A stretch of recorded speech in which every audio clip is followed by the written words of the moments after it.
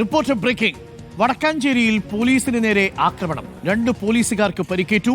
ആക്രമണം നടത്തിയ 5 പേർ പോലീസ് പിടിയിൽ. ഡാൻസ് ഓഫ് ടീം അംഗങ്ങളായ ലൈജു, ദേവദാസ് എന്നിവർക്കാണ് പരിക്കേറ്റത്. ആലത്തൂർ സ്വദേശി അരുണിനെയും പ്രായപൂർത്തിയാവാത്ത 4 പേരെയുമാണ് പോലീസ് ഇപ്പോൾ പിടികൂടിയിരിക്കുന്നത്.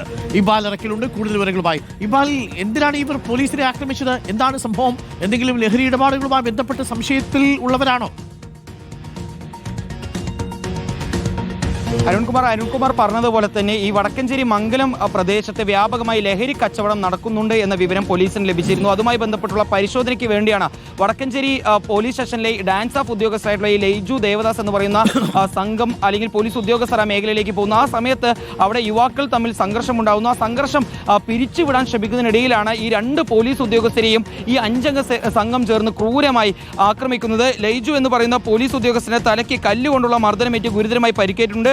ദേവദാസ് എന്ന് പറയുന്ന പോലീസ് ഉദ്യോഗസ്ഥന്റെ മുഖത്തിനാണ് പരിക്കേറ്റുള്ളത്. 5 യുവാക്കൾ ചേർന്നാണ് ആക്രമണം നടത്തിയിട്ടുള്ളത്. ഇതിൽ ഒരാൾ ആലത്തൂർ ചൂലന്നൂർ സ്വദേശിയായിട്ടുള്ള അരുണാണ്. മറ്റ് 4 പേരും പ്രായപൂർത്തിയാവാത്ത വിദ്യാർത്ഥികളാണ് എന്നുള്ളതാണ് ഇതിൽ ഏറ്റവും എടുത്തു പറയേണ്ട കാര്യം. ഏറ്റവും പ്രധാനപ്പെട്ട കാര്യം, പ്രായപൂർത്തിയാവാത്ത കുഞ്ഞുങ്ങളടക്കമാണ് ഈ ലഹരിയുടെ ഇടപാടുമായി ബന്ധപ്പെട്ട് ഇപ്പോൾ പിടിയിലാകുന്നത്.